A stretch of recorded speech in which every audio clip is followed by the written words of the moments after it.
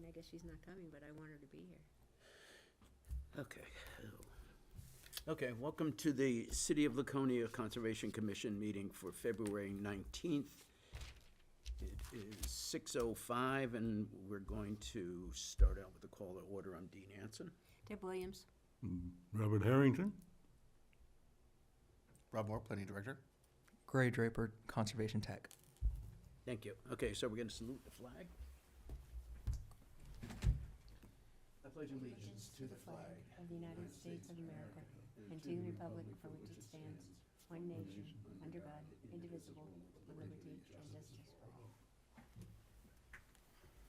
Okay, so we have a quorum.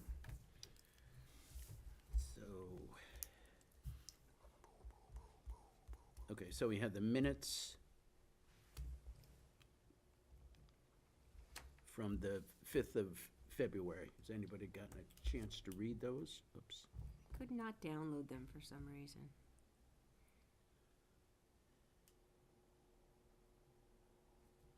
Okay, so why don't we, did you get a chance to read them, Bob? I glanced through them. Okay. Yeah. Did find one typo, but I don't, that's probably not that important. Sure.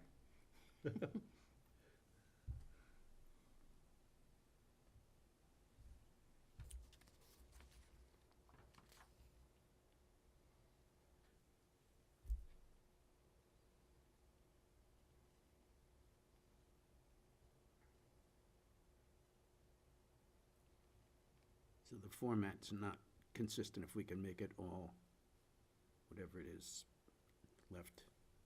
So it's not, some indented, some not. There's no list of attendees. Don't we usually put that in the Yeah, minutes, who attended? right.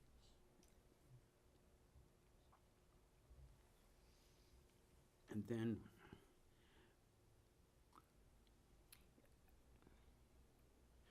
The, under 9.1, under that CUP conservation plan, it doesn't, so is that number in front of that, is that the number of the developer that came to see us, is that his plan number? Yes, yeah, that's his application number. Because usually we used to say, and I don't know, maybe you are changing this, but we used to just say, who was here, and that he showed us the plans, and that these were the comments on his plans. Okay, so just like the name of the... Because this kind of looks like, when I first read it, I thought it was part of all this, the fertilizer controls and COMCOM checklist, that kind of thing, because it just was a list. It didn't mention the project, except by that number. Okay, so change it to the project title or the applicant Yeah. who came. Okay. I think that would be less confusing. Do you know how Savannah does it for planning board? I believe so, but I can double check tomorrow too. Should have it like that, so that way you can see when they come in, John Doe presents application, blah, blah, blah, blah, to the Conservation Commission for, you give the address and then the summary of what they talk about, Okay. and then a summary of the back and forth conversation. Sounds good. It gives better context to what you're, Okay. and then we have the minutes from January 15th that we approved. So that's the first approval of minutes. Right, and then there's a second approval of minutes from the December 4th. Yep. So we approved, 2 sets of minutes. right, the 15th and the 4th of December. Correct. Okay.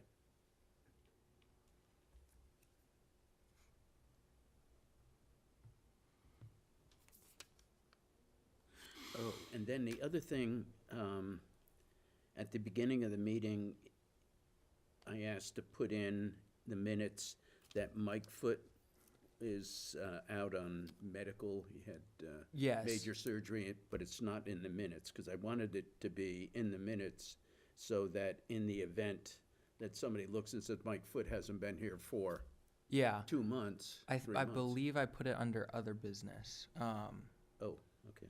If I didn't, let me know though, and I'll make sure I put it in. But I Other think I put it business. under other business.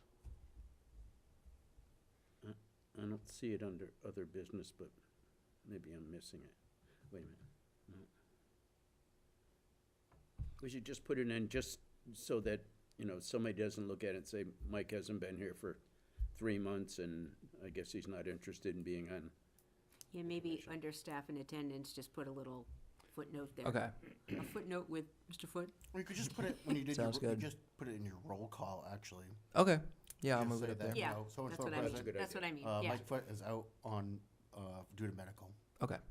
Sounds good. And to that end, I talked to him last week, and he's doing well. His surgery went well. He's recuperating. And Actually, he stopped into the planning department the other day. he what? Of Came course, into the planning department. I'm Really? sure.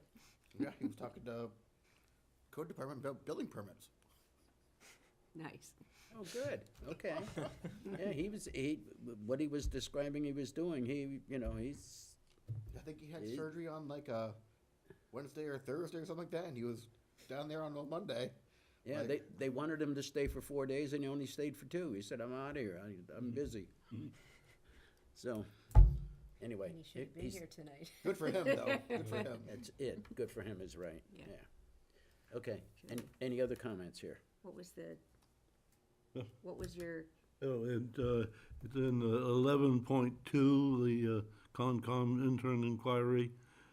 Grant, says grant money must be approved, oh, just a change of his letter. good catch. Okay.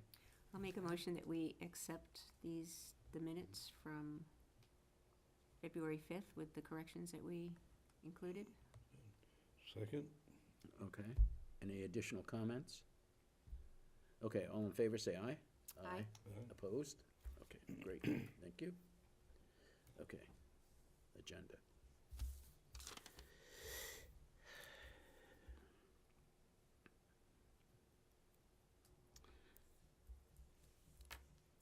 Okay, so what I thought we could do tonight is focus on under old business, some of the ideas that we came up with that we wanted to talk to you about, Rob. Yep, See what your comments were. sure. Do you want me to just kind of go down through the list, or? Sure, why don't you do that, and then we can interject where appropriate. All right, so EV charging stations, we're not applying for a grant for EV charging stations. We are, however, trying to do a downtown project in conjunction with the downtown TIF. We'll be submitting for a congressionally delegated spending appropriation for the downtown to do updated lighting, EV charging stations, a landscaping plan, and enhanced plantings and restoring street trees along the entirety of the road coming down. So that is something that we're working on. We're gonna be requesting 1.5 million from both Pappas's office and Shaheen's office. So hopefully we'll get a bite. You can only get a bite on one of them, but hopefully we'll get a bite on either. And that would be for the entirety of the downtown for lighting. So one is the lighting. So we're gonna do it all in one project, because we can get it under, there's several different fund sites you can get it under. Okay. And HUD would cover us for a lot of these things. So we're gonna do the EV charging stations, lighting, security cameras for the police department, and the landscaping. Okay. We're also alternatively working on another, to get some, the landscaping is, we're working on that one right now, because we're trying to get that money beforehand, so we can get that by springtime, so we can start, as soon as we can plant stuff, we can get out there and do that. And we've been working very closely with the downtown TIF and what is that gentleman's name there? Warren Clement. Warren Clement, I talked to Warren, and he and I talked about doing the trees, and Yep. I think that that's a good suggestion. Yep. So hopefully, I've got a meeting with Kirk on Friday to discuss that. So, So you would have some charging stations down here, yep, Yeah, in this city lot right here. Yep, in the Good. public lot. yep. And it kind of made sense, you know, What to. about the weirs? So, we could do it in the Weirs, but, we're only gonna submit one project. We didn't get funding last year for $100,000, for a master plan, so we figured, you know, so we figured one project a year would probably be, Give it a try. give it a try, and, when, Tyler and I worked for the state, we submitted, these projects each year, and we got a $32 million project awarded to us, there. So we figured, you know, we'll go big or go home this year. $100,000 might not have been big enough to reach, anybody's eyes, so maybe, 1.5 million will be enough to at least get the city on the radar. Do you think you get any pushback since you didn't apply for the grant from the state for EV stations? No. Okay. No. So the state will have zero oversight over this because this is just directly to the federal government. The federal is. So that's our plan with that. I don't think the state is going to end up handing out any money for EV charging stations anyways. Well, they have their program now that they're doing. Yeah, but if they end up losing And they funding sort of, for and it, they started it out by picking several communities. I know we weren't one, so, so which I thought was strange. They seemed, and I think they were trying to do where there aren't any. Seems like they went to the North Country and like maybe Western, so. yeah.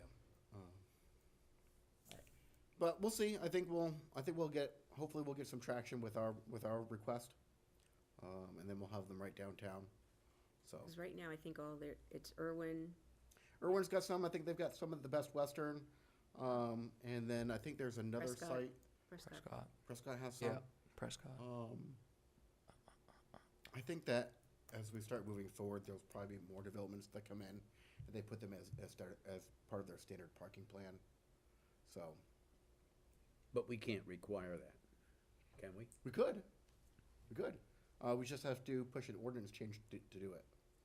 And I think that was kind of our idea when we put that on the list. Right. Was that if it was a big corporation or, you know, major business coming in, that should be something. And it would They probably be, have I don't know if I would suggest that we push an ordinance change, but we can definitely push it when they come to TRC, that we make the suggestion. I don't know, so I feel my personal perspective on electric vehicles is I don't know if the battery powered vehicles are gonna be, long lasting out there. I think there's been a lot of push with hydrogen, and I think that hydrogen is eventually gonna overtake the battery. And how does that work? It would be the same as going to a gas station, is really what that would be. But the tank would have hydrogen instead of gasoline. Yep. Isn't that dangerous? I think they said the same thing about both battery and gas. I'm sure they probably did. On the flip side of that is those tanks are very, very safe. And batteries, if they ignite or there's an issue, Can't burn out. there's no way of putting it out, and the fire department will just, you know, they watch It's it. just It's a lot of Cordon it water. off and let it burn. Yeah, it's a lot of water. When I was working for the Guard, we were evaluating doing a solar array with a battery backup. And we went out and looked at, it was the co-op has a solar array out, was it it's out towards Meredith or Moultonboro, somewhere out that way. And we went out there, and the fire department's plan was just they have this 20-foot storage container that they have nothing but lithium-ion batteries in there. And the fire department, their plan for it is let it burn.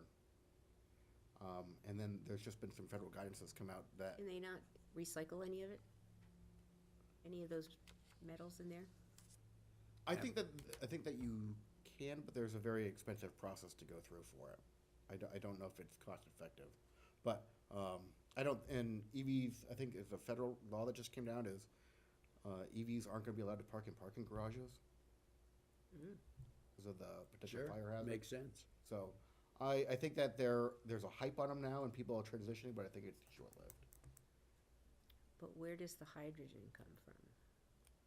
How do you Oh, you can manufacture. You can hydrogen. manufacture. Yeah. manufacture it? Yeah, there was just a breakthrough with a type of solar generation that could produce green hydrogen, as opposed to hydrogen that is developed from natural gas or what's the other one what's the other one? There's another process for getting hydrogen, but I think that's probably why moving forward. Okay, so the TIF is just for the trees? The TIF is going to be doing the trees, but we're going to do the rest of the project under the TIF umbrella. But we need funding from the federal government for 1.5? Yep, How much money is TIF gonna kick in? 0. Really? Yep. Warren's not giving you any money? No, that's why I requested it all federal dollars. Okay, Yeah. okay, okay. Any plans for the garage in there? The garage, I believe, is under a purchase and sales agreement. Oh, So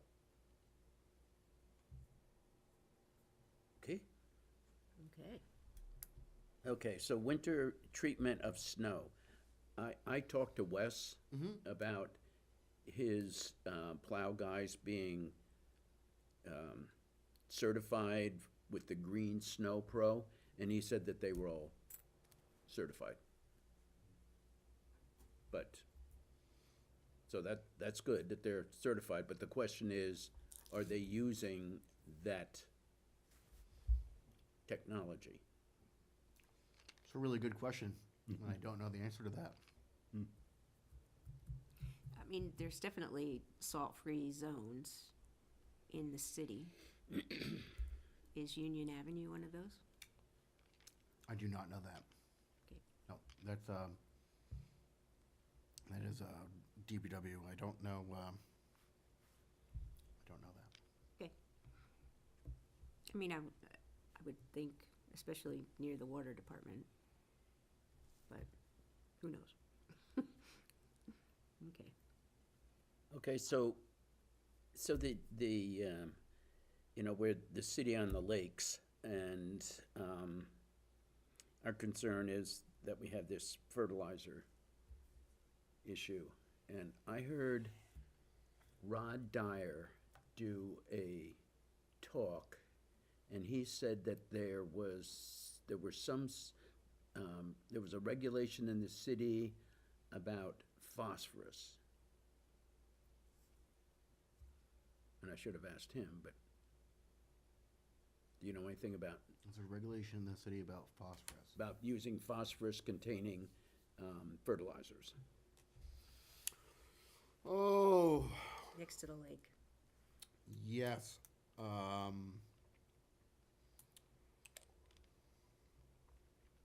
believe.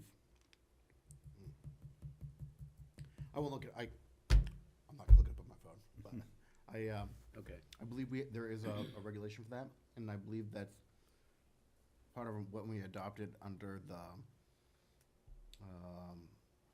Water Control Overlay District. I believe there might be something in the Wetland Conservation District as well, I think but I don't know the references off the top of my head. But I believe we do have something. So speaking of that is, we've had some conversation that we should probably expand our water protection overlay district. And I say this because I think it's been brought up before, and I think that there's probably support to do it, that we should probably expand it along the water on Paugus Bay, where our water intake is. So I think there's some uses there that are probably uses that we wouldn't really want. Of course, you can't prohibit them from being there now. You could prohibit them from being there, but that doesn't force them to leave or do anything. They're going to be there until they decide that they're going to move. But I think it would be wise to have something there so that in the future, if some of those businesses decided to leave, we would have businesses that we thought were a compatible use next to our water intake. So that's something that we've been talking about in the office, is expanding that and what that should be, along with probably working with you and Lakes Region Plan Commission in developing a list of what kind of fertilizers we don't want, and adding that to a list and adopting that under our SPOD. So I think there's some things for us to do and options to take. It's just finding the time and the staff to write that, do the research. Yeah, I think along that lines, we do have the businesses there now, but we need to have it in writing, like, you know, what's gonna happen if there's a spill?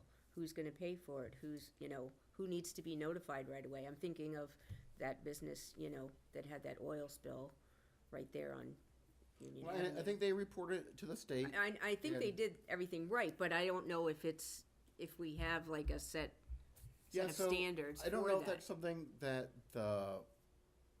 we want to do in planning. I feel like that's more like an emergency management response as opposed to a land use regulation of something of, Right. you know, you'd want your fire chief or your emergency responders to, if they're responding to a spill, what are the steps that they're taking to, Right. I think that more falls under emergency management, which their Chief Juber is working on a rewrite of that right now. And As long as they're given that information. yes, Yeah. and in that, I had a discussion with Lakes Region Plan Commission about the rewrite of that, and that was one of the issues I addressed with them, was specifically about that spill that happened there, about how we would address that. So that should be in our final updated emergency management plan. I think the issue, as I see it, is the water storage capacity is for like a day or a day and a half. And we get contamination in the water that we can't deal with. What do we do? Yep, and that's why we're doing the emergency management plan right now, and that's what Lakes Region Planning Commission is evaluating right now in their review of this ordinance. So, it is being worked on. That is one of the topics, and water is certainly one of those things. So does the water department get to participate in this? They sure do. Great, okay. Yeah, because they're the ones that are gonna be like, okay, everybody stop drinking your water and, So I think with the fertilizer issue, I mean, I think I won't say most, many people that have lakefront property know that they shouldn't use a fertilizer, or they've been told that, or whatever. There used to be a penalty if you used it. I know there was just a bill that went through down in Concord that has now lessened the penalty for using, you know, fertilizer or pesticides knowingly. But I think on the flip side of that, they did allow the police department to enforce some of those things and to fine. Because I know now if you dump yard waste into a stream or a water body, the police can enforce that now. And they But- can fine you. But would they? And, I mean, do they know, I mean, is that something that's on their radar? I believe the Chief Canfield probably gets the same updates I get from NHMA, that he probably has that. And I think that they get their own, but I'm sure that they must get them. I can't speak to what the police department enforces, but I would assume that. Well, I was just thinking that, I mean, I know in most of the regulations that we as a city can be stricter than the state if we want to. So perhaps we look into what the changes are with those penalties So, and make sure that but ours for stays. zoning ordinance, we can same. still do $225 a day. That has remained unchanged. Right, But we can't fine somebody. It has to go through court, and the court has to issue the fine. So even though somebody might be violating the zoning ordinance and what they're doing. We can't go out and find them. We would have to, there's a whole process we need to go through, and sending them so many violation letters and then taking them to court. So, it is very difficult for enforcement, Yeah, for zoning. I think this phosphorus issue is bigger because now we're dealing with cyanobacteria. And that's one of the elements that the cyanobacteria will use. No doubt, no, I'm not No, refuting no, that. no, I know I'm you're just not, saying you're not it- it's- poo-pooing it, it's- I hard to understand do. that. It's just very hard to do land use wise, where some of that stuff, it shouldn't, it's not us that does it, it should be the state that's coming in, because they have much more power to come in and do something. But we're, you know, we're held hostage to the land So use if- requirements. but, so like you said, police enforcement, so they can come in and stop it from happening? So police But can not stop some issue- things, but so some things, like, I know that the law changed where if somebody was putting grass clippings or yard waste into the lake, they can Right. fine for that now. But they can't go in there and fine for zoning issues. So they can fine them for dumping leaves? Yeah. But they can't go in there and fine them for using for a land use citation. So the police don't enforce our zoning ordinance. Right. It falls under land use, so they can't enforce that. I think that probably the most effective way to deal with this is through education. I 100% Well, yeah. agree. And, Yeah. and so the question is, how do we educate the public that, don't use phosphorus-containing materials because, I think probably a good way for us to do that is to reach out to local businesses who are selling the products and say, hey, listen, maybe you could provide an education pamphlet next to your Yeah, fertilizer. I know. So that people that are buying it that live within, certain areas know that, hey, I shouldn't be using this fertilizer, but there's a substitute fertilizer over here I could use that doesn't have A, B, C, and D in it that might be beneficial. Yeah, I know there was a bill that they put in that was going to do that, that was going to require that the hardware stores label, have a label that explains that. I don't remember if it passed or not, though. But, Yeah, I don't know, but we can find out. We can add a note and see if we can find out if that passed or where it's at. Yeah, we also still have Nancy's newsletter. So if you guys wanted to put out a quick note from the Concom to the community or her Please, yeah. mailing list, like with the fall leaves, that was yeah, that's a good idea. And I think that we have the Taylor community, we have Long Bay, South Down, we have some of these other larger organizations that if we, I don't know that Taylor does not use, I don't know if Taylor uses phosphorus-containing fertilizers. Yeah, I don't know what they use, but they do use fertilizer. We could also Sure. have something posted in the Daily Sun. I think, yeah, I think posting it in the Daily Sun is a good idea. I think that a direct approach to Taylor, to South Down, to Long Bay, to those larger groupings, so that specifically saying, do not do this. And this is why, so it's talk because to the Taylor homeowner doesn't apply the associations. fertilizer. What's that? Taylor doesn't apply the Do fertilizer. they use a contractor to do I that? think they use they have I don't know, one of those guys. Oh, they all Turf look- Pro? Yeah, Turf Yeah, Pro. Okay, yeah. And it might be worth sending out to the contractors, the local contractors in the area. If we're sending it out to the stores that are selling the product, and then to the contractors who are doing it, hey, listen, Laconia has an ordinance that does this, or these are better guidelines to follow, and educate them as into, right. Yeah, and this is why we're not trying to penalize you, we're just trying to protect our lake. yeah, no, absolutely. So if we were going to do that, if we were gonna write an article or send the article to the contractors and to larger organizations, who's gonna write the article? We could have Gray do it. Yeah. He's a good writer, yeah. You wanna let me know whatever you wanna put in it, and we can draft something up. Yeah, if you want to shoot him some input, we can. I've got Okay. a fleet of great writers downstairs. I'm sure we can craft something up that's wordy and gets the message across.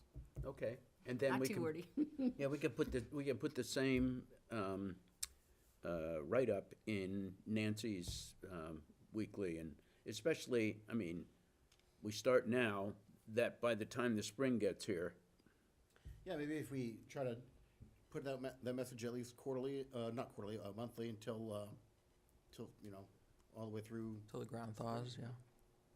Sounds send good. it to the contractors, Belknap Landscaping and, They're pretty good. Well, could you include it? Well, we're gonna get to the checklist later, but you could make a note of that for developers too, good idea. if Okay. they're in that district, the overlay district. I don't think we should limit it to a particular district. I think we should say, in the city of Laconia, we do not want you to use these kinds of materials because There you go, yeah. otherwise you're gonna say, well, I had no idea. It's like, I got a ticket for parking here. And the police said, you're supposed to know where the 2-hour parking is. I said, I park there all the time and I never got a ticket. They said that, ignorance is no, anyway, so. Okay, so erosion. Any suggestions on how we could strengthen, so that we prevent erosion, particularly into water bodies? Like what we had over at Langley Cove and, because that's in there and it's not coming out. So I had something, where did I write it? The DES just updated their New Hampshire stormwater runoff manual. It has not been, it just got updated from 2008. So they've put together a whole bunch of brand-new best practices or whatever, and it's a 600-page manual.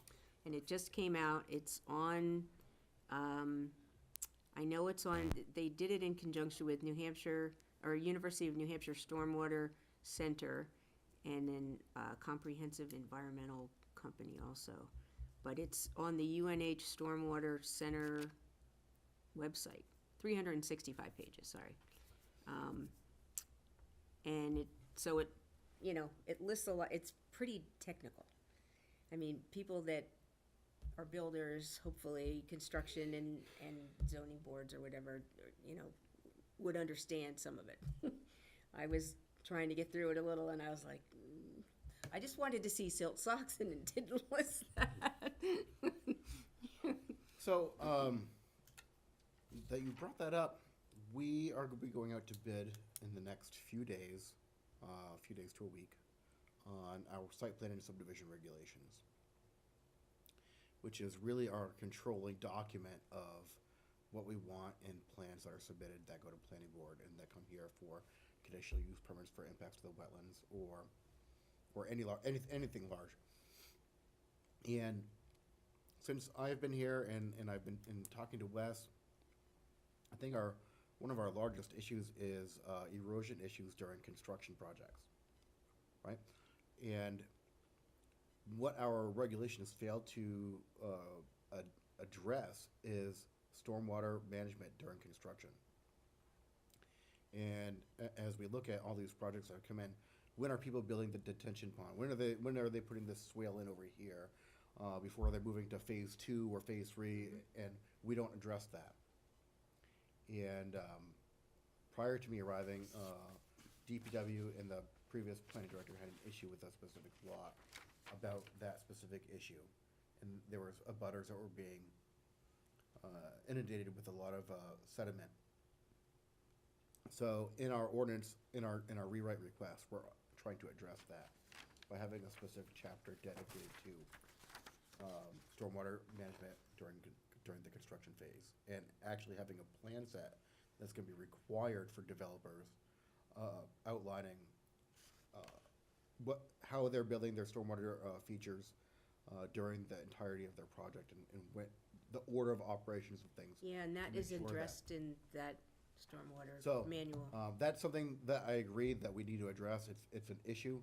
Hopefully, it'll be addressed in our rewrite that we're gonna contract out here for next, said hopefully a few days to a week. So you're contracting out to have someone write those for you? Yeah, I just don't have the staff to do it, Right. and, It's complicated. if you want something good, you gotta pay for it. And, that's what we're doing. There's also, and I've addressed it with city council and with the city manager, you know, a lot of our ordinances are very outdated. Right. I mean, I think there's been a lot citywide that, you know, we've piecemealed together for the last 30 years. And, Well, I think we've grown so fast, too, you know, for a while there, anyway. We grew so fast, and it was like, you know, hard to keep track of everything. well, that, and I think, I think that there's different, different directors, I think, through the years have looked at priorities differently, and some things are more or less of a priority to them than others.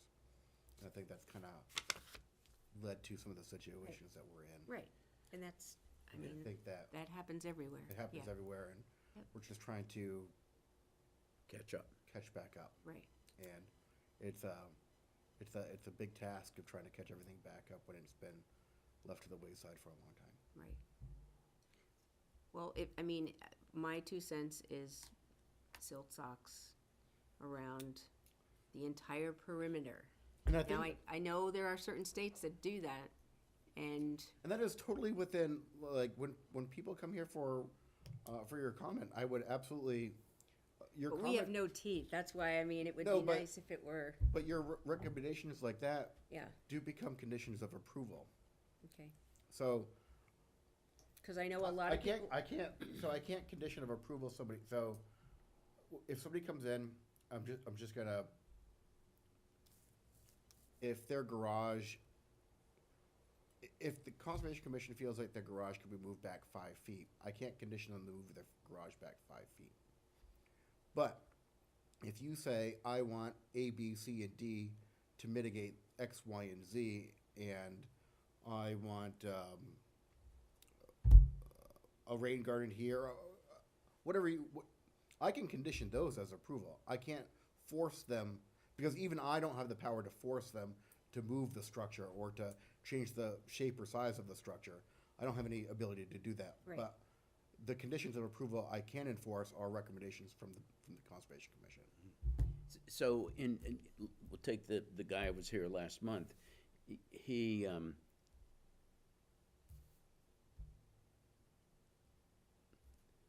we could have asked, so I think you and I have talked about, we could not ask him to move his garage 10 feet. Because even I don't have the power to Right, ask him to so do that. you're suggesting that we phrase it in a different way? What I'm saying is that you add recommendations to safeguard The land. the land the best way possible. And so let's take this garage as an example, moving it 10 feet. How would we do that? We can't. I know, but. Even I can't. I know, but what are the recommendations that we would make without specifying, move it 10 feet? Maybe you want rain gutters and drip edges, and you want A rain garden on the side of the something driveway. that's going to, control, so you're not, The runoff from the garage? yeah. So whatever you wanted, you could do that, and that could become conditions of approval. Okay. But even I, like, I am a slave to whatever they submit. I can, Right. I can only enforce, the boundary line adjustment has to be at a 45-degree angle, and, you gotta have a setback of A, B, C, and D. Those are the only teeth to my enforcement. Right. So even his placement of But the house. if it is a setback from the wetlands, So, but wetlands are not a setback. Wetlands are a buffer. Setbacks are a law. semantics.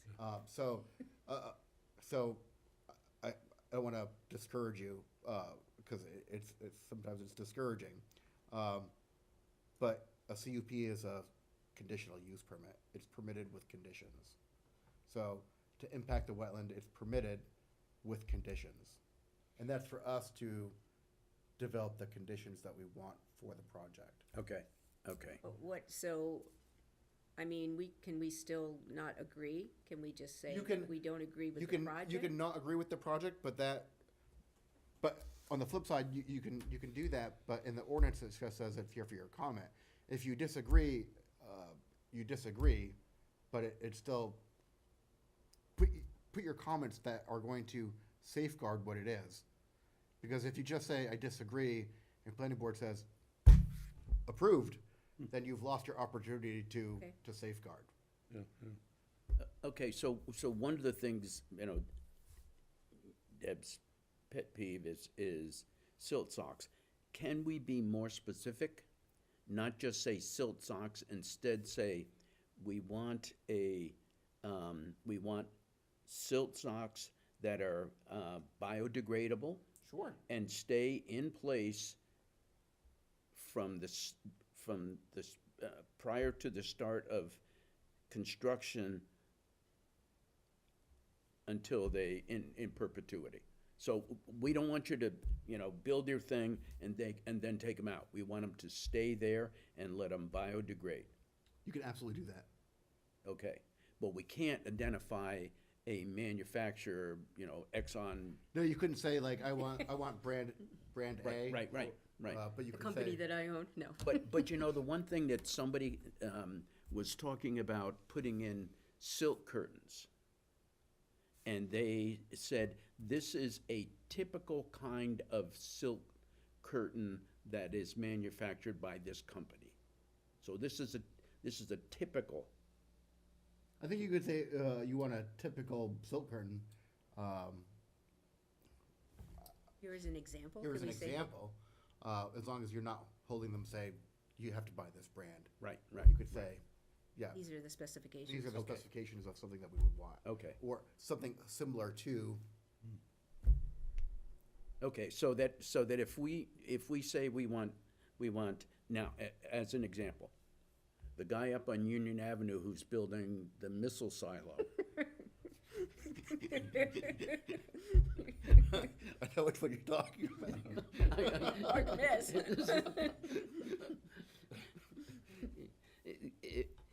I don't think there's any erosion control on the Union Avenue side of that.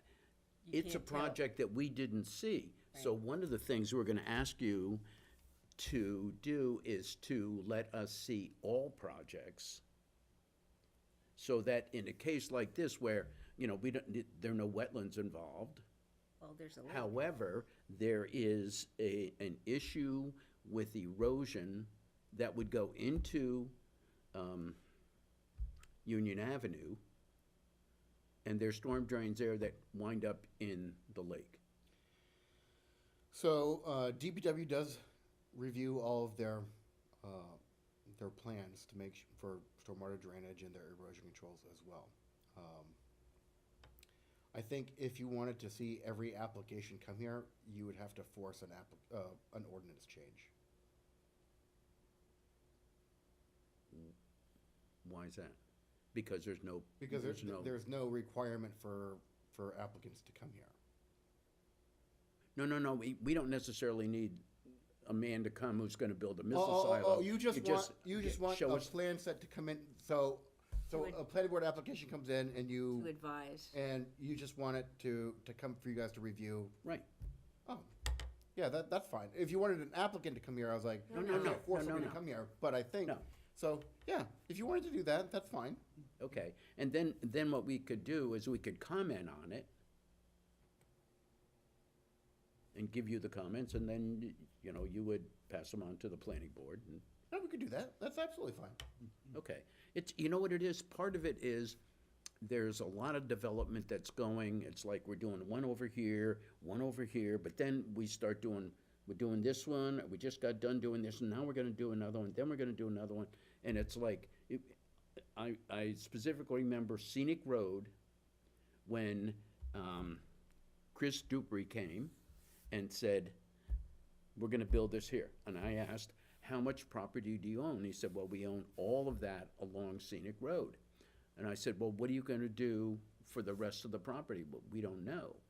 So what happened, because my concern was, you get stormwater for each one of those incremental things, what's the overall? That is my biggest pet peeve, Dean. I 100% agree with you. That infuriates me to no end is people that come in, oh, I just want to do this one piece here. And then next year they come in, I want to do one piece here. Well, if you just would have designed this at the beginning, you would have, you might have only needed a detention pond here, and you could have all done this, and it could be, Right. you know, It would a cost you a better lot less design, money. and it would have been great. But now I got to contend with all these other issues that I've already built this one, and it's got a CO. So I agree with you. That has been my biggest pet peeve, and I don't think there's any way of people change their mind and come in, and it's just, that's, So in a case like this, where they come in, they say, we're gonna do this parcel, and then they come in next year and they say, we're gonna do this parcel, can we then look at it and say, well, this is how you're treating your stormwater, this is how you're treating this, propose to treat this, we think it would be more effective if you combine those two and treated it. Can we do that? not usually. Because they got a CO for one of them. Because they've already got a planning board approval, and now they've probably got an as-built, and everything's done, and then you're coming in with something. So it's, So is there erosion control around that missile site? I have not been out there. Because you can't tell with the snow. That's the I problem. have not gone on site. All I have to do is done my Right. drive-by, and I'm like, wow, that's incredible.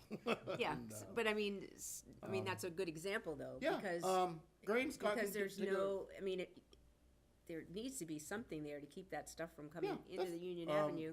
It's the same that happened, on the left-hand side as you were coming towards, Lakeport Square, that they did that so parking lot and building, and that was a muddy mess. So, I do have a solution that I'm working on for some of these things. Hopefully, in the next budget cycle, in this current budget cycle, I'm going to get approved for a project manager position.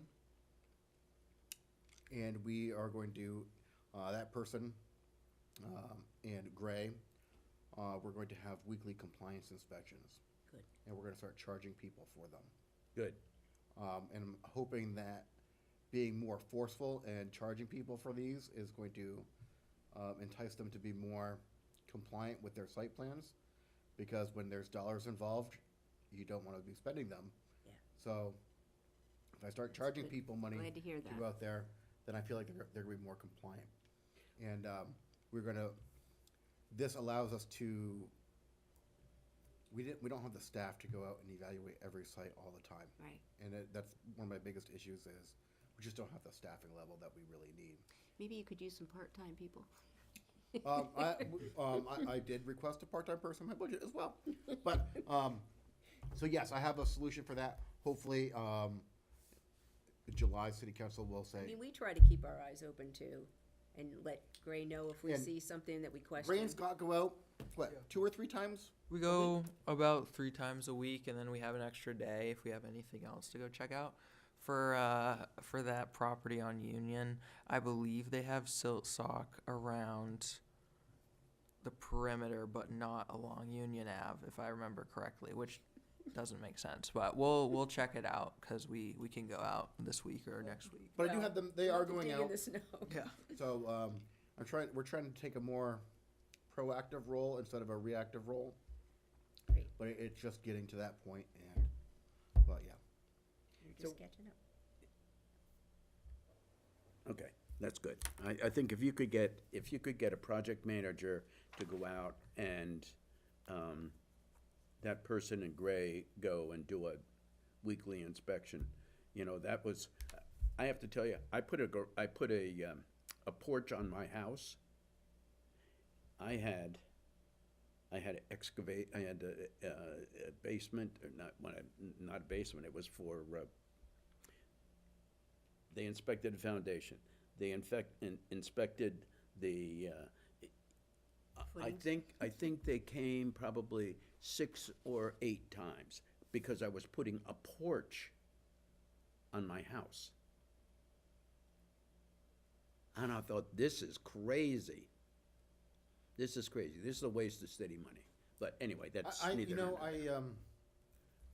There's a lot of projects that we have problems with erosion controls, with people building something that is not what they're approved for, building items in locations that they weren't supposed to build them in. And I think historically, the city we've never had the staff that have gone out there and they've validated, does this meets the plan, and drop the hammer on them when they don't and make them fix it. We've not had the staff for that. And I'm hoping having a construction expert in the planning department who goes out there every week and validates for compliance that they are meeting everything is going to reduce some of these issues. So what Especially as we're gonna have a lot more projects come in with a potential larger development and whatever else comes in following that. Right. So what's your, what are you gonna be able to do? Shut them down? Yeah, Fine them? can't find them, you can find them, it's just a longer process, but you can shut them down. We can cease and desist. And having a person that's going out there all the time and validating, hey, you don't meet this, or you do meet this, and shutting them down is gonna, while charging them while they're out there for their time, I think is gonna be very Gonna be compelling. an incentive. Yeah, you're not gonna want to, It's like this guy up on 106, where 106 and 107. I don't get that guy either. I don't get that. that's a couple planning directors ago issue, that I agree with. I'm working on that. Hopefully he's, I spoke with the developer. He is working with an engineer right now, to do something there that hopefully will be compliant. Okay, well. Okay, But when you contract out to get some new regulations, to have the silt socks surrounding would be great. If you have, because if you have feedback that you want to give right now of things that you would like to see, that's what we're doing. and specifically, I'll tell you, without trying to dig myself my own grave, our site plan and subdivision regulations don't require a whole lot. And they don't, I think there's some checklists that probably could be updated or that's why I are required that aren't even mentioned at all. Because I think in our site plan and subdivision regulations, it doesn't even mention what a checklist, even for our own. So, Right. um, I'm just saying, I know I've had other planners tell me that they don't need to have a silt sock on the upside, but that's not true because the water runs down and then into their site and it just spreads in. So if you have it around the perimeter, you're better off. That's it. hopefully we'll have some new regulations in the next 6 to 8 months. That's how long it will probably take. That's not bad. No, so. Okay, so what about expansion of wetland buffers? So, what kind of expansion of wetland buffers are you looking for? Well, we're at 50 feet now. I don't know. I didn't think that far in advance. It's like 65, 75. I mean, you know what it is here? So why would we want to do that? Why? I mean, why isn't 50 feet good enough? Because the water that goes into wetlands eventually will wind up as a source of drinking water. So the more that we can protect it, the better. Wetlands provide habitat, they do a lot of other things. They clean water before it gets into the ground, into the drinking water source. And, you know, people come in and they want to, I want to infringe on the buffer and I only want to go in 25 feet. Well, we just lost that. And nothing's going to be replaced.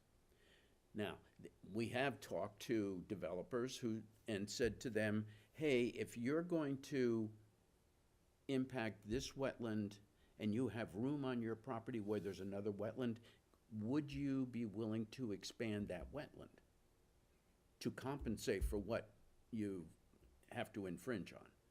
And the man over on Lexington Avenue said that he would do it. So I don't know what the answer is in terms of, should it be 60 feet? Should it be 100 feet? But we're getting down to the sites that are the most difficult to build on because all the easy ones have been done. So now, how can we protect? I mean, you know, we can't deal with the ones that have already been damaged, but how can we protect the ones that are left? And, you know, so if I just picked a number out of the air, 75 feet, we'll make a 75-foot buffer. I don't think that that's the way to do it. I think the way to do it is to talk to other municipalities that are adjacent to us and ask them what they do and why and how. But if the concept of expanding the buffers isn't even going to be entertained, then why waste time trying to, you know? So it's, you know, I asked the question, but I don't have the answer to the question.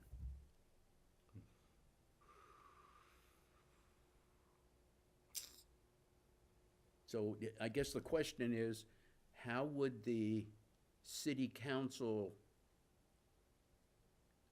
and the planning board and the planning department feel about that philosophy of expanding the wetlands, the wetland buffer, not the wetlands?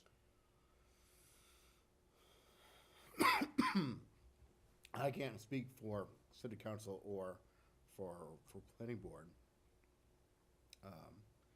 And the planning department, we merely enforce the rules that are outlined. But I would ask that if, as opposed to making it a larger buffer, to making it stricter might be a better option. Okay. How do you think we should do that? I think you could probably add some requirements in there, or some design criteria, or maybe maybe if you're building, maybe if you were doing, say, a driveway through a wetland buffer, that it needs to be permeable, or it needs to be a specific type of material, or do some requirements of that would protect the wetland. Whatever construction technique. I can't think of anything off the top of my head right now. You have to build up a rain garden between the wetland. You have to build a rain garden in the wetland buffer that is not being impacted by your driveway or have garage or house.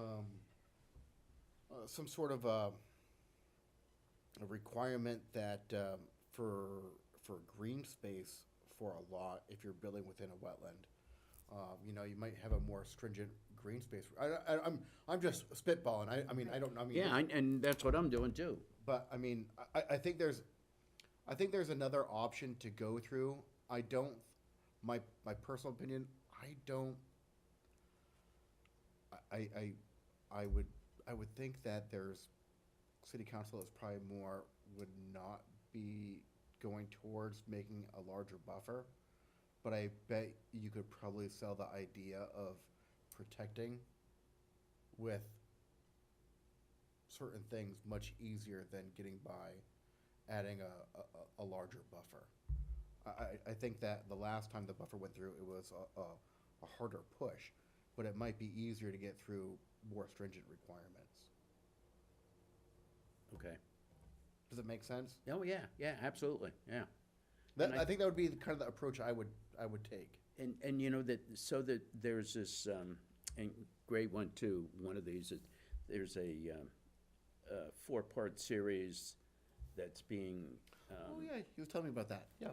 and I think, so here's the way this is gonna work. They're doing a 4-part series. If you go to at least one of those, and Gray went to one, I don't know if you went today or not. I went to the first 2.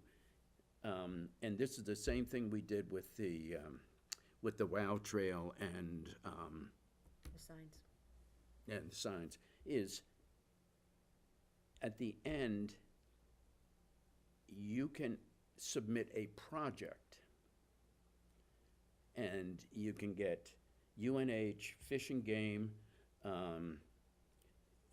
the State Conservation Commission. So you can get a group of DES. You can get those different people from those organizations to help you design your project. So we use them to design the cohort along the WOW Trail. And we said, this is what we want to do. We wanted signs, and we're going to talk about those in a minute.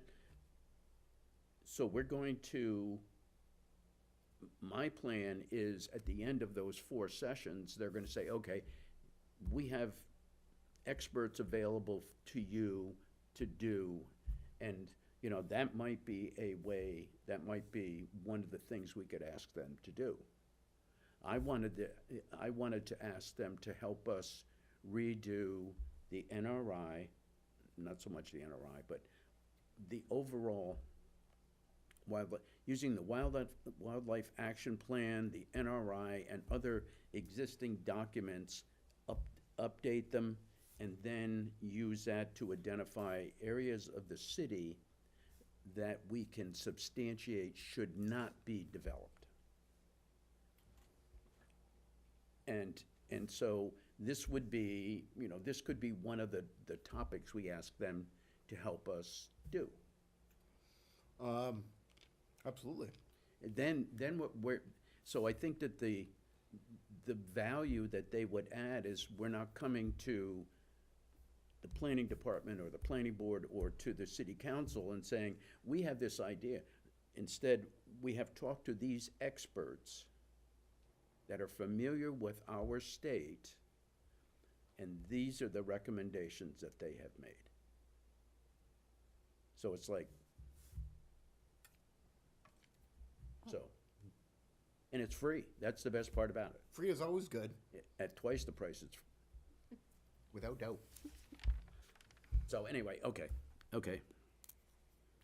All right, and then, so your idea for the wetland buffers is a good idea. All right, so then vernal pools, we just want to identify them, we want to map them. I thought we had already started a map, but apparently we haven't, or it got lost somewhere. And so I think, you know, vernal pools are more sensitive than the wetlands in some respects. I mean, they are wetlands, but, so, No, I agree, and I think that's why we have a larger buffer around them as well. Right. exactly, yeah. Yeah, we just want to get them all mapped out and identified. Right, and as we find another one, we put it on there. so. Okay. Okay.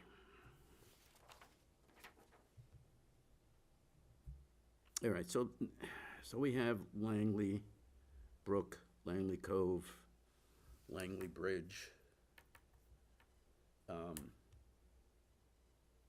So you know that,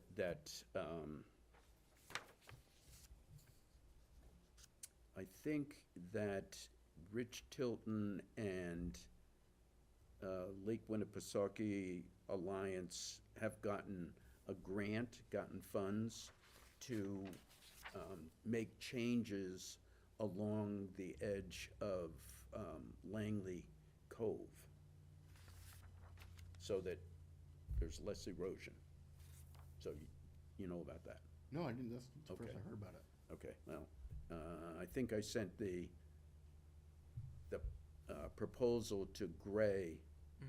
Yeah, so we had that for our last meeting. It Right. was in our agenda, yeah. So, I think they're waiting for, Do they need DES approval for some of the dredging that they're looking to do there? they're not talking about doing dredging now, No? but they, DES, Because I knew there was a few property owners out there that looking to dredge and DES had shut them down. And because they're looking for some of the issues causing the erosion further upstream were addressed before they. right. And so that's the other part of Langley Brook. Langley Brook, FB Environmental and Winnipesaukee Alliance. Lake Winnipesaukee Alliance did a study of Langley Brook and identified, I think there are 8 specific locations where changes were recommended to reduce the amount of sedimentation. And we've talked to Prescott Farm because 4 of them are on their property. There are a couple that are up gradient on the other side of White Oaks Road. Bob probably knows those better than I do. And then there are some on Brady Sullivan's property.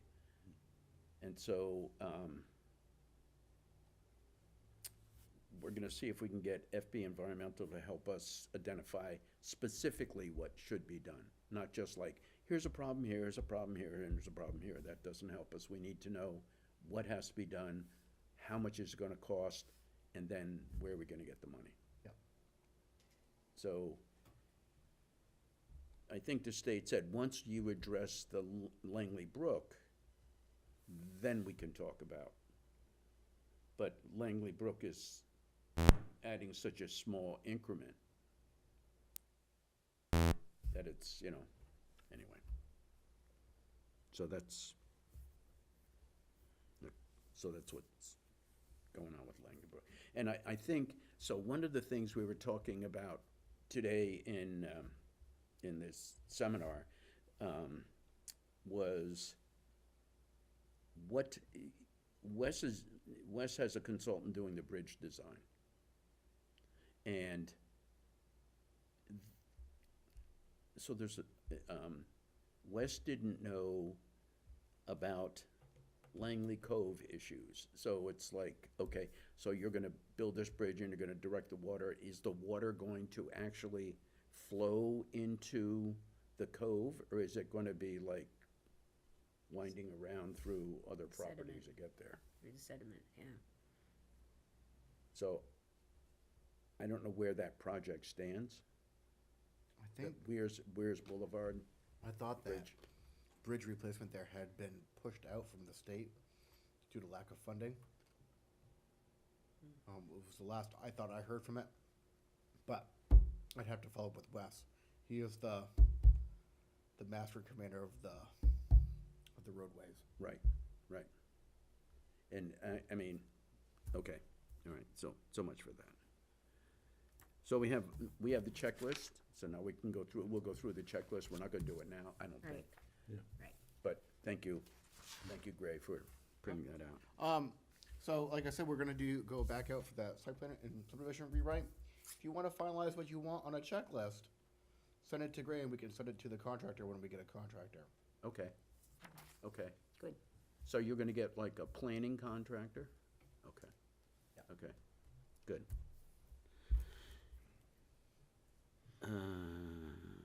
Okay, so what about an intern? I have not had a chance to reach out to anybody yet. It is on my to-do list. I just have not got there yet. We'll reach out to UNH, Plymouth State, Antioch, and to, Lakes Region Planning, or Lakes Community Region College. Community College, yeah. Yeah. We'll do that for you. You don't need to do that. We weren't trying to create Oh. work for you.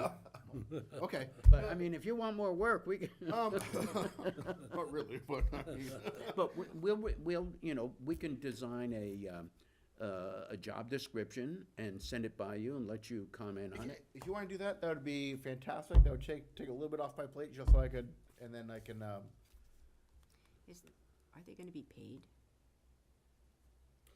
I think it depends on how we, you know, we had that intern from Antioch, and I think we just paid his expenses to come down here one time. I think it cost less than $1,000. So these are, It's a project for school. yeah, this is a school project that, and it's like, so if we're going to do that, then you'd have to have a specific project description or some, okay. Let me see what I got. all right, I mean, think about it, and then, Okay. Because I guess I wasn't, I thought they were going to be free. I'm sorry? I thought they were going to be free. Yeah, I mean, Well- I mean, some are, some aren't. I mean, it just depends on So I what guess they're I doing. got to look at at the budget and what your goal is. For them. The budget is, we want it to be zero. to do this. So I wanted to. So be do very- they. But they have to do it like a capstone project to get their master's degree, because I think that's the level, that's a Okay. level I'm looking at, is somebody working on a master's. Okay. All right. Yeah, if you just want to, yeah, okay. And I'll find out, I can contact Antioch and find out what we have to give them and when we have to give it to them, because, you know, they're gonna be planning for probably their summer semester? I don't know. All right.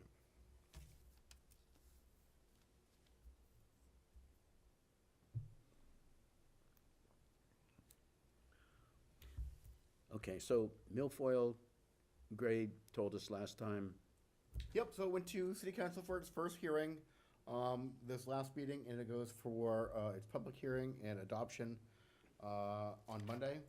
So we should have final approval on Monday, then we can get Kirk to sign everything on Tuesday, and get that down to Amy Smagula, hopefully on Tuesday as well.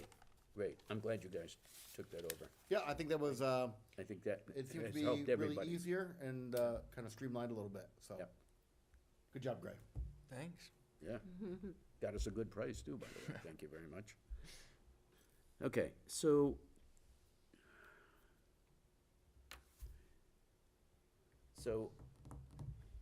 updating the NRI.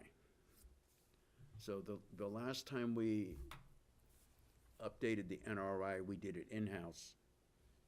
Taylor Daigle, who was the conservation technician, did it. And I think we should have an outside consultant do it. Okay? And Gray spoke to, Luke Powell? and I've talked to Sarah Large, whatever, Yeah, Yeah. something like that. and she sent me an email today saying that they were gonna put together a proposal, a general proposal. Because she said, you know, if all we do, all they do is they use existing information, granite, you know, granite mapping, existing documents, use the current NRI, it's gonna be one level of cost.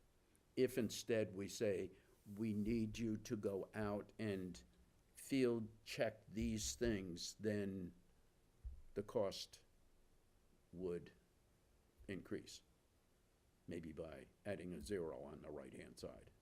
How much does this stage one cost, you think it's gonna be? She's gonna put together a cost estimate, and I forget when she said she was gonna give it.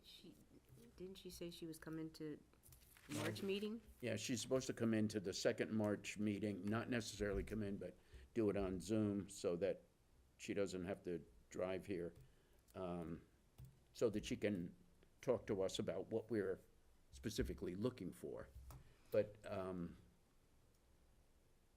and so, since we don't really have extra monies in the budget, So, if I could just interject, the NHACC website, their e-newsletter this week had several examples of NRI. It was all about NRIs. It was like, wow, just what we're talking about.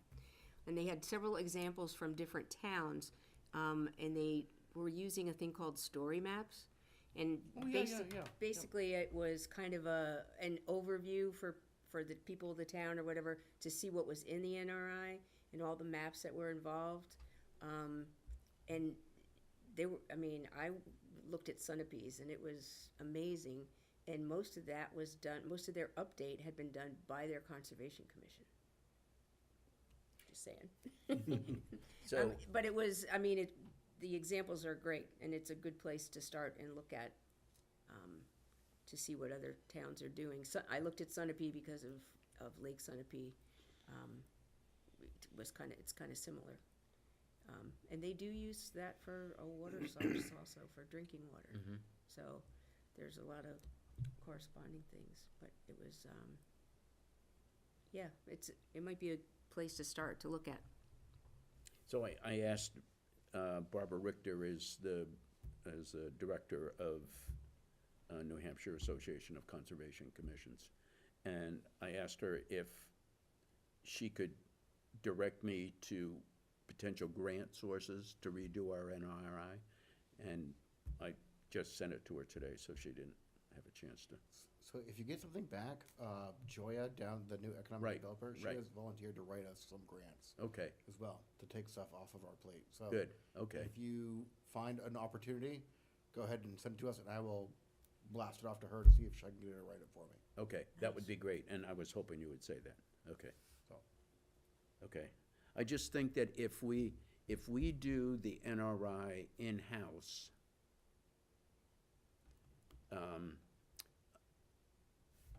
I'm not sure,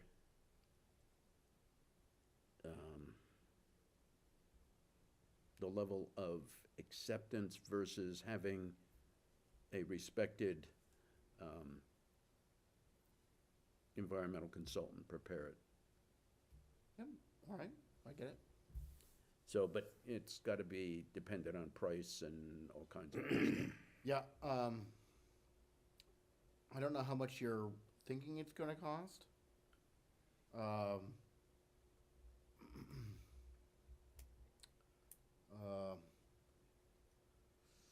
I don't really have any money. I know, yeah. But I'll tell you, if you give me a list of projects and timelines out that you want them, what I did this year, that the planning department has not done before, we forecasted out each individual chapter of our master plan as a capital improvement project. It would be, I think, very intelligent of us to also add in how often we want to do our NRI and forecast it out over, we want to update, it's going to cost us $30,000 every 5 years, and we forecast that out. Now, is it anything that we can pay for as the Conservation Commission?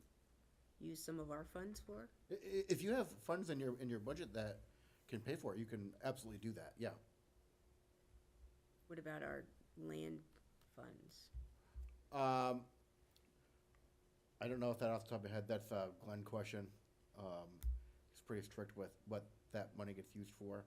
But I think actually, now that I'm kind of thinking about it, I think some of that money can be used for studies. I would think, I mean, it's all I relative thought as that to there what, was as to, some provision in the what we wanted to RSA get. for it. yeah, Because I think the state law really breaks it down, but I think there might be something in there. I'd have to look at it. yeah, I don't know off the top of my head. okay.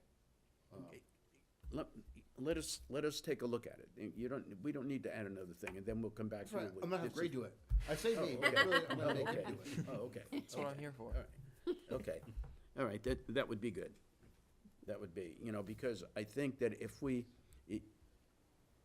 I think $50,000 easily. It depends on what we want them to do. I'm a big advocate of you get what you pay for. Well, I know, yeah. If you pay for garbage in, garbage out. So the way I pictured this, and I'm speaking for myself, is there a way that we can document that certain areas of the city should not be developed? Yes. So, and this is part of having a comprehensive master plan, which is something I am very much advocating that we need to do right now. And we need, and I have relayed this to every political person in our city that I can relay it to, that this is the most important investment we can make, especially with all the development going on. Once you pave it, it doesn't come back.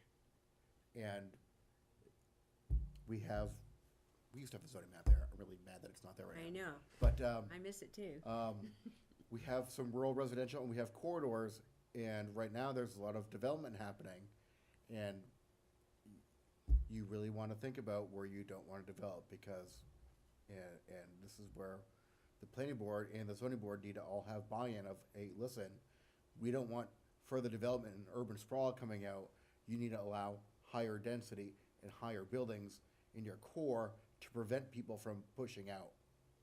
And that's where this really comes in, is that we need a comprehensive master plan, and we're highlighting all of these things. So the question is, how long will it take to do a comprehensive master plan? It's gonna take about a year to do, and that's at a cost of about $100,000. And that is what I have requested from city council this year.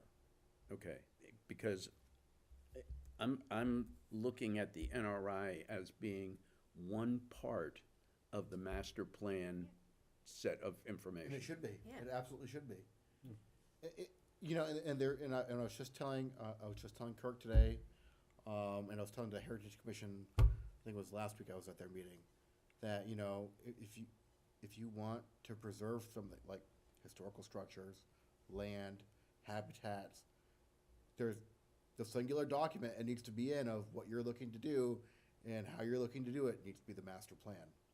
Because without that, you are making stuff up on the fly, and people are gonna question the zoning ordinances you change to try to do something without having a reason why you're doing it. So, Right, and you have new people on different councils that change, but you need something that's gonna stay. yep.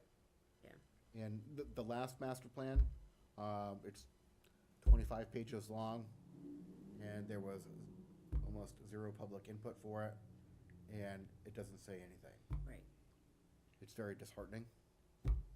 So, it's something, if we're lost at sea right now, we have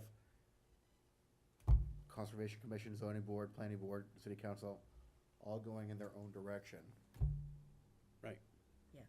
And that's why you need that master plan. Well, And I'm sorry, go ahead. No, I was gonna say, you're tasked with it, and then do you bring in We're people to help you? yes, and- and that's why I said, I told Kirk, I said, it's really $100,000 job.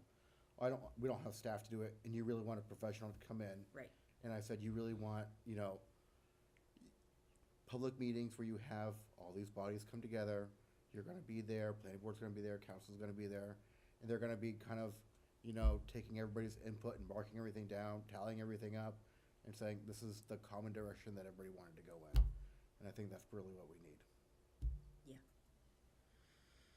Agreed.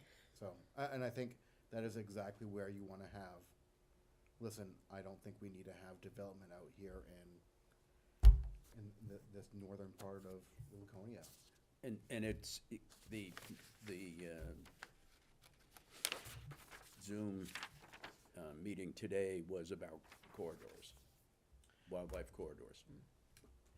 And, once they develop those, and, it's, scenic and cultural byways, and, once you lose that, you've lost the character of what your, That's it. of your community. So I agree with you 100%, and I think that is another reason why, with the state school project coming through, it is now more important than ever to have a real master plan. So what is the current status of that project? So, I'm not a finance expert, but I think that a lot of city council supports that we need that right now. The city council thinks we do need it right now. Yeah, so I feel favorably that that will come to fruition. 6 months? I feel we should find out by July. So then hopefully by July of next year we'll have. So, the one thing that I would like to see as a philosophical change here, and this started when we were dealing with the Walmart expansion.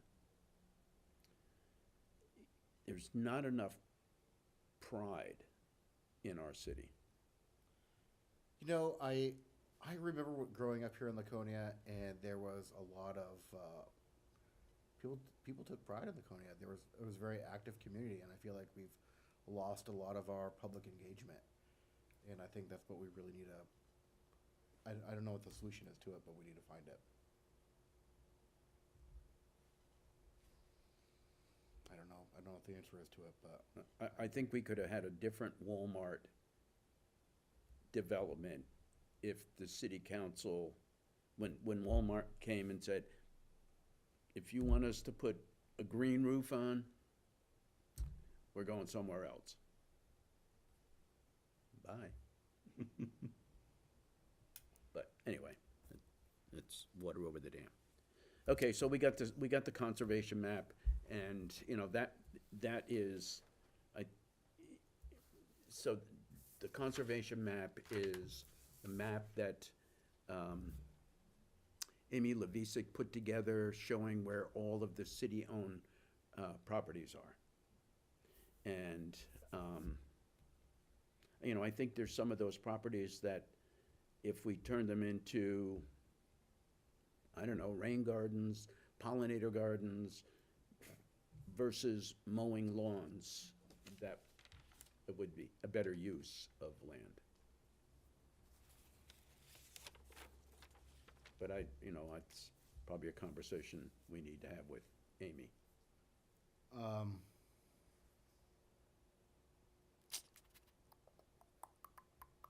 been thinking about that one. How to craft that deal.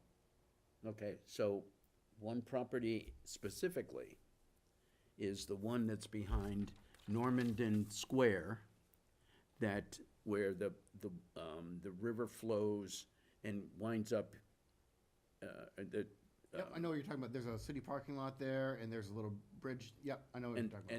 and there's an area in there that's pretty wooded. Yep. And, that might be like, okay, we're gonna stop mowing that, just leave it alone. The whole parcel. The whole parcel. Well, not the parking lot part, but, we're gonna have to mow around the parking lot just for security reasons and along the Jewett Brook there.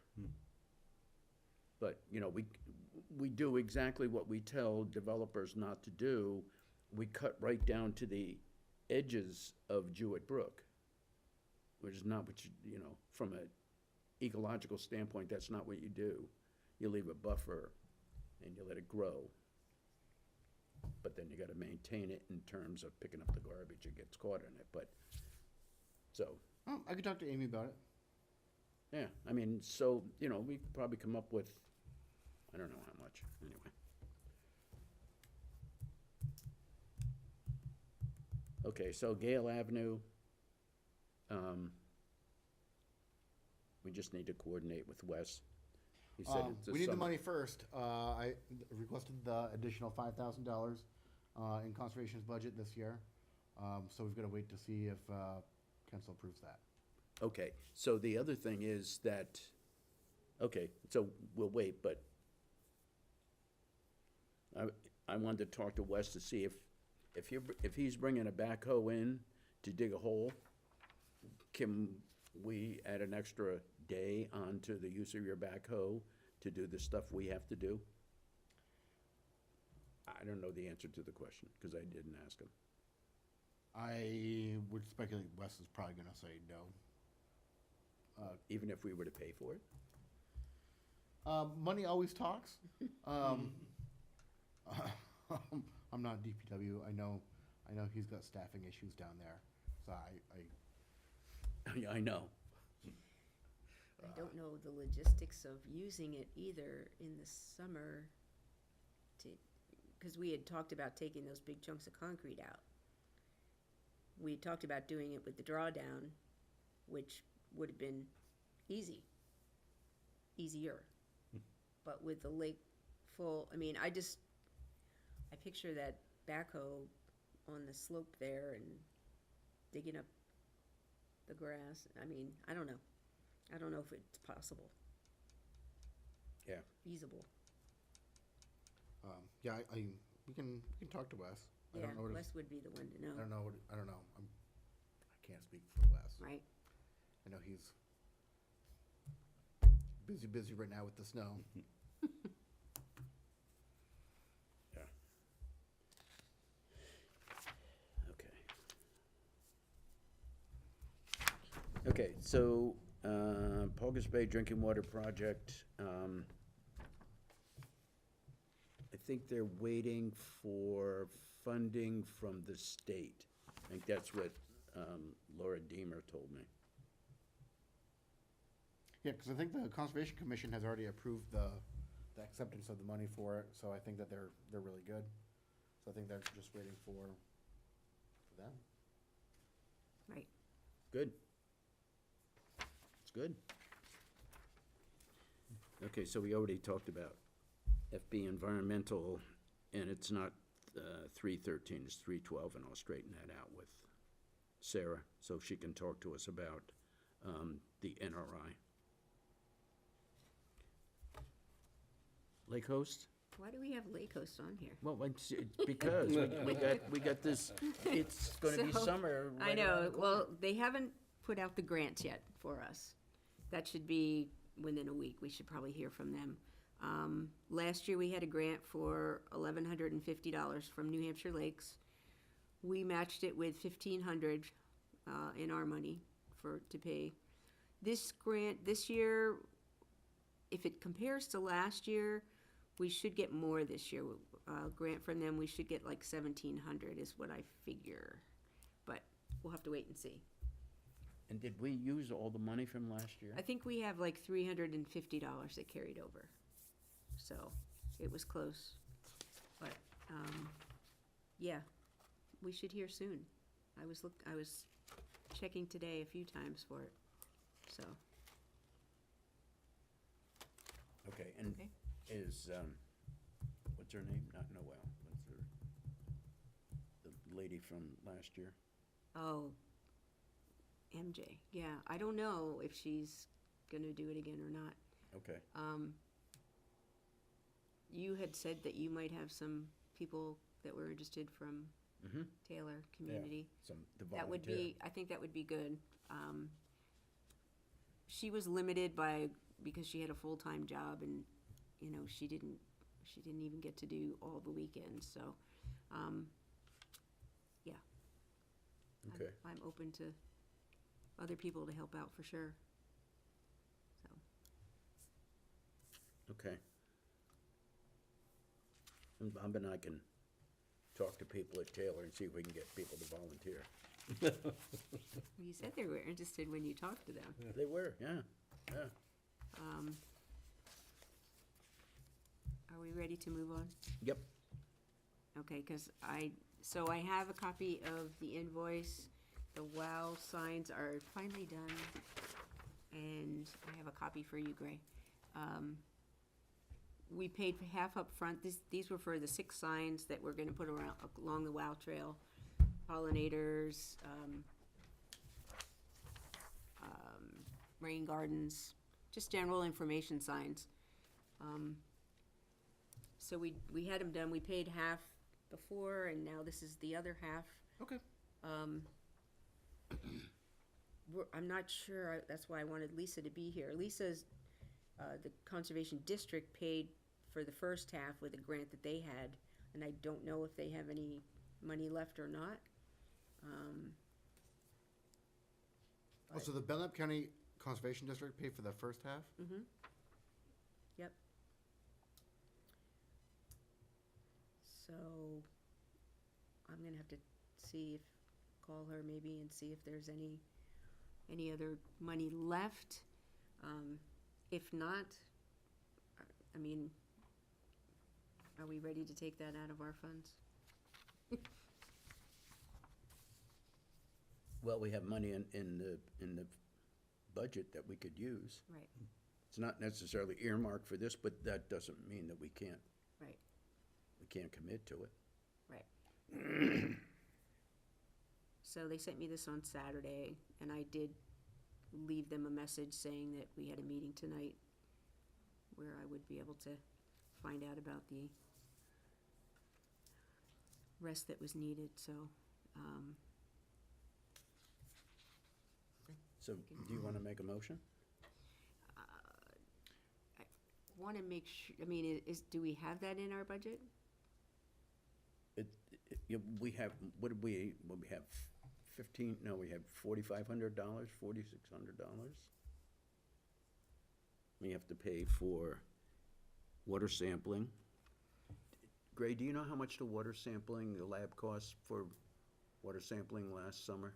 No, I think that was before me, or at least I haven't received a bill for last summer's services with the lab.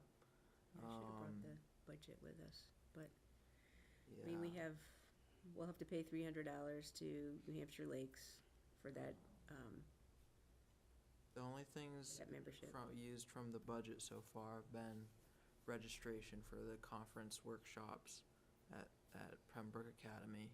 And then if you guys wanted to compensate like an intern, I would assume that would come from that budget possibly, but, How right much now was?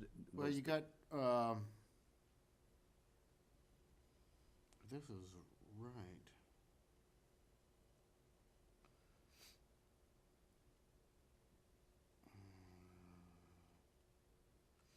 You still got money, is this, I don't know if this is.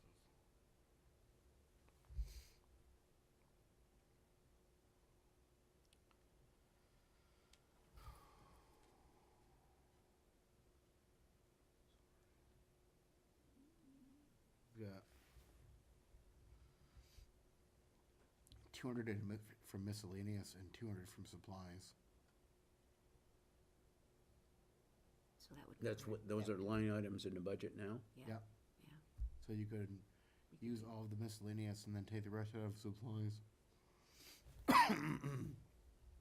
So what's our total budget?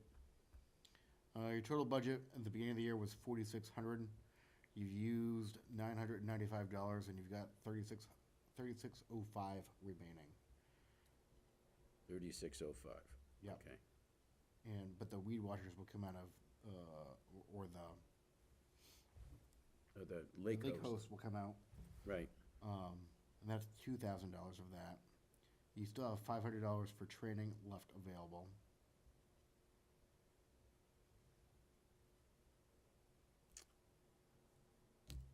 So, I mean, I think that this is, we had approved Yeah. spending the money in the past, so maybe we ought to just, Do you wanna check, do you wanna, ask, Lisa if she's got money for it, and if she doesn't have money for it, I'm we can gonna still make a motion tonight to Yes, I'm gonna- expend Right. funds? do Right. that right now. Okay. right, I was gonna make a motion that we approve the $262.50 for the Wild Trail signs from our, excess budget, unless there is money in the conservation district for us to use. okay. There you go. Any, Copy. any additional comments, discussion?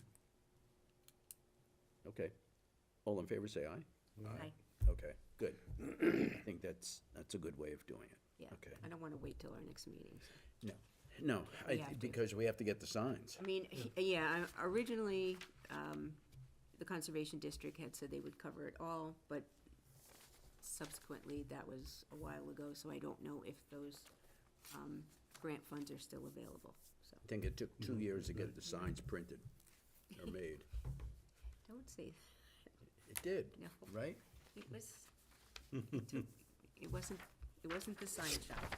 No, anyway. No. So, so the other thing is we have to have these installed, and maybe we can get the WOW trail to pay to do the installation.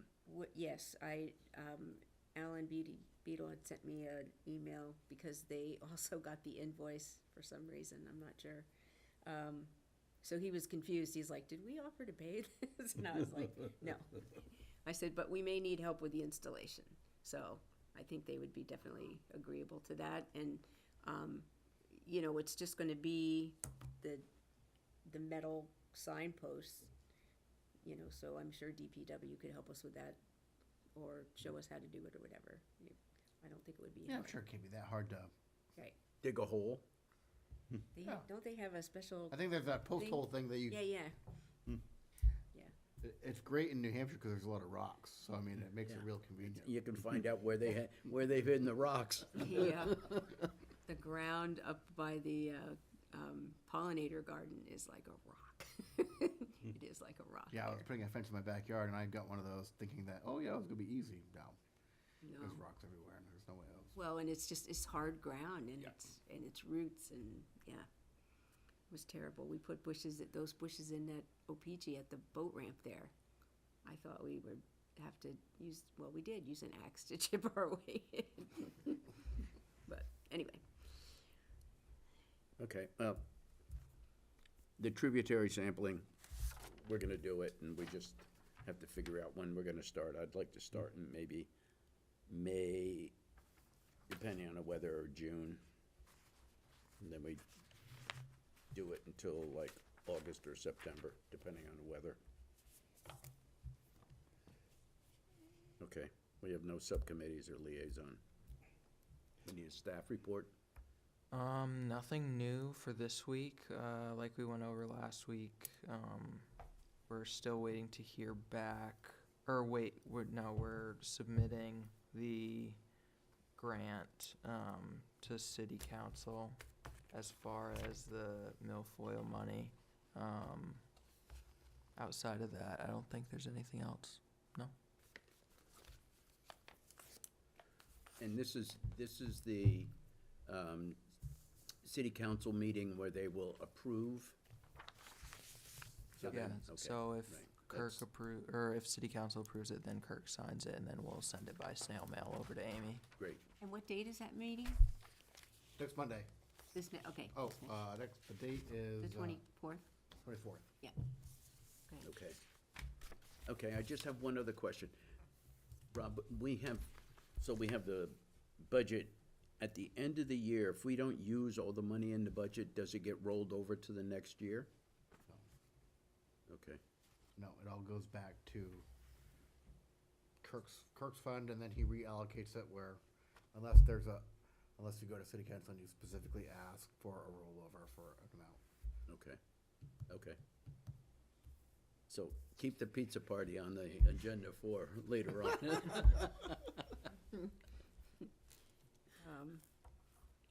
Okay, anything else? I was just gonna add, and I don't know, is it appropriate for me to talk about bills down in Concord? Sure. There is a HB 639-FN, and it is a sort of a right to mine act. It's relative to the use and disputes over blockchain and digital currencies. In other words, if somebody wanted to put in a cryptocurrency computer system, I don't know how they work. All I know is that they are huge and they're very loud, and they damage the land. But so there are some bills that have been introduced down in Concord relative to this. In other words, if somebody wants to come in and do this bill would make it easier for them, and it would make it very hard for people to dispute it. So it's not a good bill is what I'm saying. And I guess there's a couple of states that had passed the bill and now they're looking to retract it because it's such a problem when these cryptocurrency computer systems come in. Do you know about them, Gray? I know a little bit about them. I mean, they're Not enough, huge, though. and Yeah. they put them out in the middle of nowhere, but then they create huge noise. So what do they do? They make, I don't know. I think it's just a giant server farm is what it actually is. Yeah, yeah. And they require so many GPUs to mine fractions of cryptocurrency at a certain rate, It's and it's very power intensive. very power intensive and it's super noisy and it's not anything that we want in our state. But some of the lawmakers were looking to say, oh, well, we need to get in on this bandwagon, and New Hampshire should be able to do this. But I think it goes against our state, what we stand for, and the beauty of our state or whatever, because it just creates a lot of problems. Anyway. well, that's pretty refreshing. I saw a report, I don't know, 2 years ago about them, and it's just mind-boggling, and I don't understand how they work, and I don't know why you'd want to buy a crypto. I don't understand any of it, but it's kind of like the, what do they call them, Gray? The pictures that you can buy. Like sports cards. No, well, it's what do they call them? NS Oh, NFTs. NFT. Yeah. I mean, Yeah, it is like that. Because like a lot you- of people, you buy your NFT with cryptocurrency or Bitcoin. Yeah. and it's not real. It's not like anything that you can put your hand on. Yeah, it's You like buy into an image, a non-tangible item. and it's weird. Anyway, You know what the problem is? The problem is that when I went to college, a computer was as big as this building. And now you got them on your wrist and you can do all these crazy things. It's crazy. It's way too complicated. We should go back to simpler times. Simpler times. So Bob, what's going on at Taylor Community? Oh, the usual thing. I'm wondering what they might be doing with all of the snow that's been pushed up in piles here and there. I suppose it's a difficulty other places too, but I suspect that some of those piles have a certain amount of salt in them. So go ahead. is there any provision that we can pile up this snow in trucks and take it off-site? Or do you have I to was keep just all gonna your ask snow the- on And your? if they want to, but we don't regulate that. Where does the city store theirs now? Because they used to take it up Province Street. It goes over to, The sledding hill. Oh, they're going. yeah, I had Gray research that when you guys asked that Okay. last meeting. Yeah. Where's the sledding Thanks, Ray. hill? It's over by Province, kind It's, of. no, no. It's off of Academy. It's over by the cemetery. But it's past Union Cemetery. Yeah. Okay. There's a hill over there? Yeah, it's a nice little hill. Yeah. It's not bad. Yeah, I'm surprised the city hasn't been sued over somebody getting themselves hurt going down the hill, but I think there's signs that probably say, at your own risk. probably. Yeah. So, other than that, I think we need to talk to Taylor, Southdown, Long Bay about the type of salt that they use. Yeah. Well, it's true, there are some better alternatives now. I mean, each year it gets better, I think.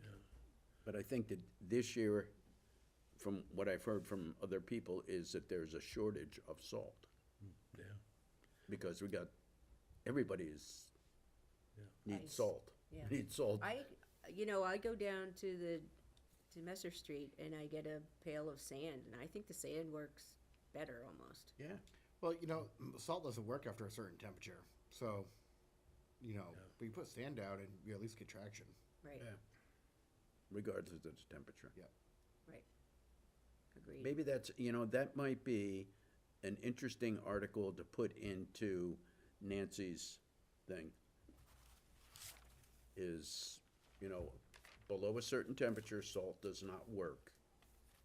So you're better off using sand. Although then they'll go to, the sodium, chloride, Sodium, yeah, Yeah. which works which works at whatever. I don't know. negative. If you ask Wes about it, he gets very excited and he will give you the whole breakdown of, You'll get assaulted, huh? yeah. I'll make a motion that we adjourn. Okay. Is that, he probably wants to keep that. Anybody want to second that motion? Second, yeah. Is there any discussion? Okay, all in favor, say aye. Aye. Thank you, gentlemen.